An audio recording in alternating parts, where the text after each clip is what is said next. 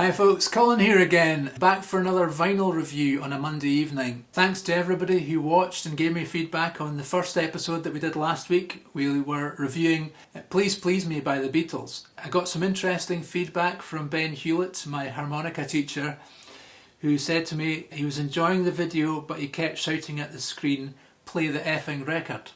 So I had to explain to him that it's because of copyright I can't actually play the tracks themselves, but I'm putting the link to the playlist in the description below.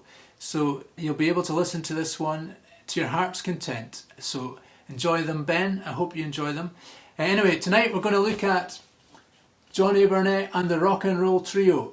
Now to me, this is probably the finest example of 50s rockabilly that you can get. The Rock and Roll Trio were from Memphis. They were known to Sam Phillips. I believe that Paul Burlison, who was the guitar player, did some session work at Sun Studios, but I don't think they got signed. The Rock and Roll Trio comprised of Johnny Burnette, obviously, on lead vocals and rhythm guitar, his brother Dorsey Burnette, who was the double bass player, and Paul Burlison, who was the lead guitar player. So they were based in Memphis, and they were contemporaries, obviously, of Elvis Presley. And I believe Johnny Burnette went to the same school as Elvis, and he lived in the same neighbourhood. There was a housing estate in Memphis that they both grew up on. And indeed, Paul Burlison was an electrician to trade, and he worked in the same electrical company as Elvis, who was the truck driver.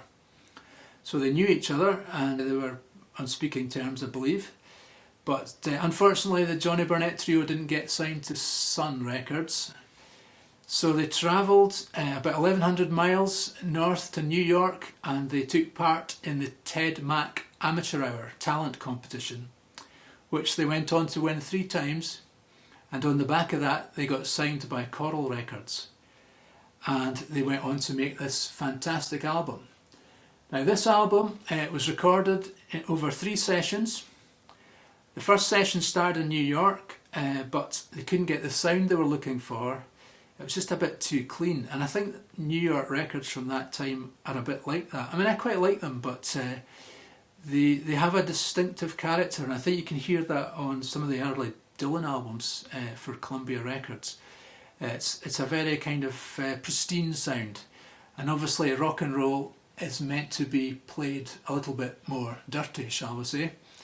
They moved across to Nashville, and they went into Owen Bradley's studios there on Music Row, and I don't know what happened, but there was a bit of a shuffling of the musicians, because at Owen Bradley's studios they used a house band known as the A Team, and the A Team are probably one of the finest musicians you would get from that period of time. I think they were contemporaneous with other house bands like the Wrecking Crew, and I think there was a band at Muscle Shoals, Swampers or something, I can't remember what they're called.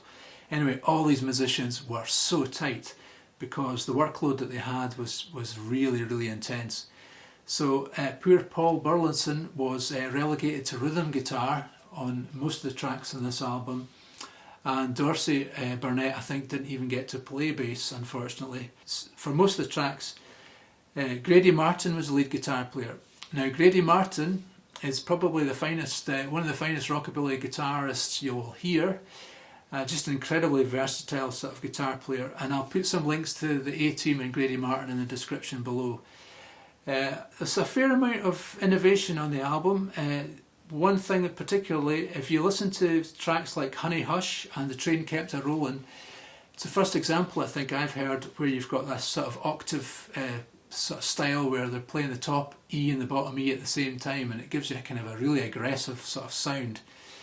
The other thing which was notable was Johnny Burnette screams quite a lot, and apparently this came about because when they were playing on stage, Paul Burlison used to have a lit cigarette on the end of his guitar at all times, and just with moving about on stage, Johnny Burnette backed into it one night and gave out an almighty yell, and it went down so well that became part of the stage act, and it became part of his delivery later on as well.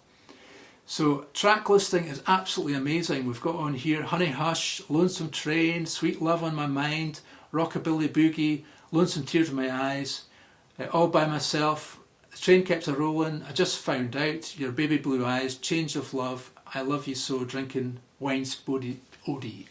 Now, all these songs are absolute standards and they've been covered many times since by people like the Stray Cats, Rod Stewart, all sorts of interesting and notable acts. So, well worth getting a hold of. As I say, I'm going to put the link in the comments below. Johnny Burnette and the Rock and Roll Trio. Is this the finest rockabilly album in history? Give me your comments and let me know. Okay folks, that's it for another Monday night. I hope you enjoyed that. Keep rocking and keep safe, and we'll see you next time.